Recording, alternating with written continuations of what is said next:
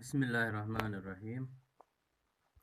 Class 12 کے لیے ہمارا آج کا ٹاپک ہے مولانا حسرت موہانی۔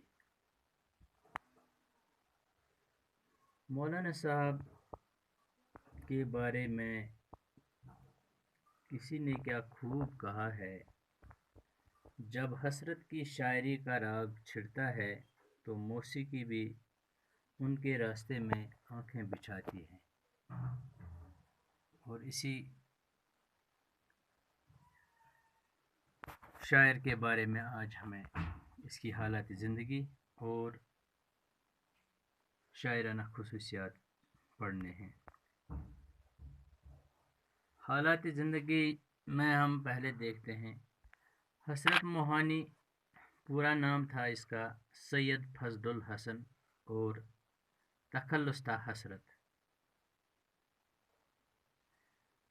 بمقام موہان ضلع اناؤ میں 1881 میں پیدا ہوئے۔ مقام تھی موہان اور ضلع تھا اناؤ۔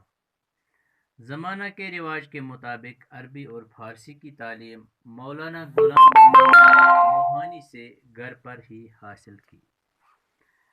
علاوہ ازیں قرآن مجید پڑھنے کے ساتھ ہی اس کے علاوہ قرآن مجید پڑھنے کے ساتھ اور باقی علوم بھی حاصل کیے۔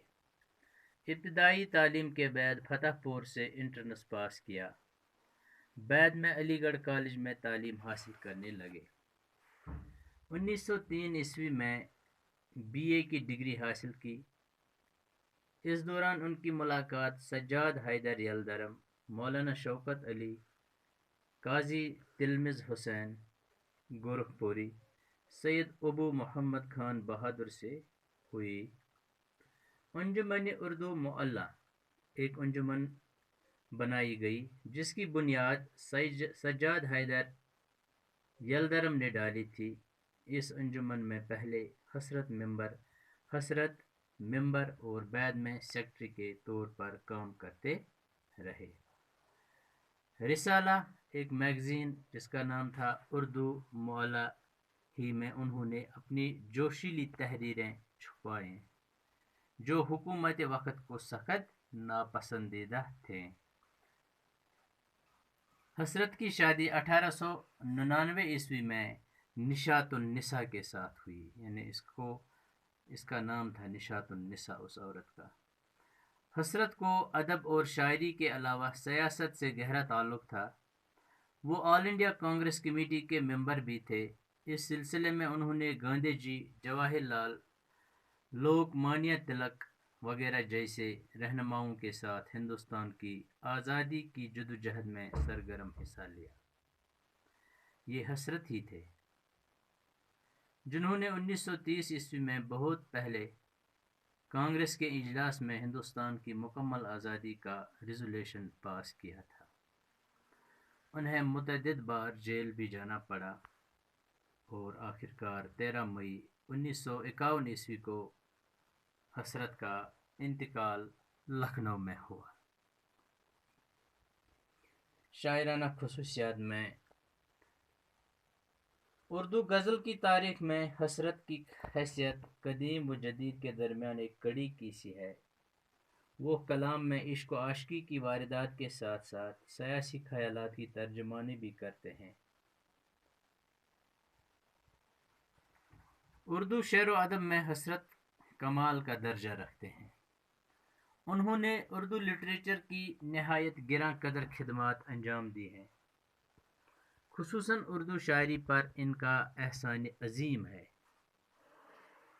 اکثر غیر معروف شعراء کے حالات اور کلام سے لوگوں کو آشنا کیا، جن کا کلام کا مجموعہ غیر معروف تھا، مشہور نہیں تھا، ان کو لوگوں میں آشنا کیا، جانکاری کی ان کی۔ غزل گوئی میں حسرت بڑے مرتبہ کے شاعر ہیں۔ غزل کی جو روایت امیر داغ ریاض سے چلی تھی وہ حسرت تک آتے آتے بے جان سی ہو گئی تھی۔ حسرت نے اس انحطاطی رنگ کو محسوس کیا، اس کمی کو محسوس کیا اور اپنی کاوشوں سے ایک نئی راہ نکالی۔ حسرت کے ساتھ غزل کی ساکھ کو دوبارہ قائم کرنے میں اصغر فانی جگر بھی قابل قدر نام ہے۔ حسرت کے یہاں حسن و عشق، معاملہ بندی، داخلی نفسانی امور، فارسی کی تراکیب، عشق مجازی اور حیا کی کار فرمائی کا خاصا دخل ملتا ہے۔ علاوہ ازیں انہیں زمین کے انتخاب کا خاص ملکہ تھا، جس کی وجہ سے ان کے کلام میں روانی اور شگفتگی پیدا ہو جاتی ہے۔ بول چال کا بھی کافی لطف رہتا ہے۔ الفاظ کے انتخاب میں بھی وہ بہت احتیاط سے کام لیتے تھے، عام طور پر سے ملائم اور عام فہم لفظوں کو اپنے کلام میں جگہ دیتے ہیں۔ شکریہ، کل انشاءاللہ